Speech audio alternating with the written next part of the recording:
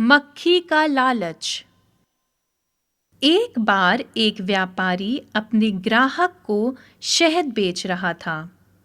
तभी अचानक व्यापारी के हाथ से फिसलकर शहद का बर्तन गिर गया। बहुत सा शहद जमीन पर बिखर गया।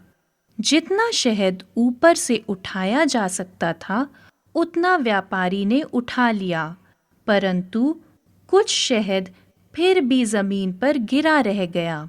कुछ ही देर में बहुत सी मक्खियां उस जमीन पर गिरे हुए शहद पे आकर बैठ गईं। मीठा मीठा शहद उन्हें बहुत अच्छा लगा। वे जल्दी जल्दी उसे चाटने लगी। जब तक उनका पेट नहीं भर गया, वे शहद चाटती रहीं। जब मक्खियों का पेट भर गया तो उन्होंने उड़ना चाहा, परंतु वे उड़ ना सकी, क्योंकि उनके पंख शहद में चिपक गए थे। उड़ने के लिए उन्होंने बहुत कोशिश की, परंतु वे फिर भी न उड़ सकी। वे जितना छटपटाती, उनके पंख उतने चिपकते रहे। उनके सारे शरीर में शहद लगता जाता। काफी मक्खियां शहद में लोट-पोट होकर मर गईं। बहुत सी मक्खियां पंख चिपकने से छटपटा रही थी, परंतु तब भी नई मक्खियां शहद के लालच में वहां आती रहीं।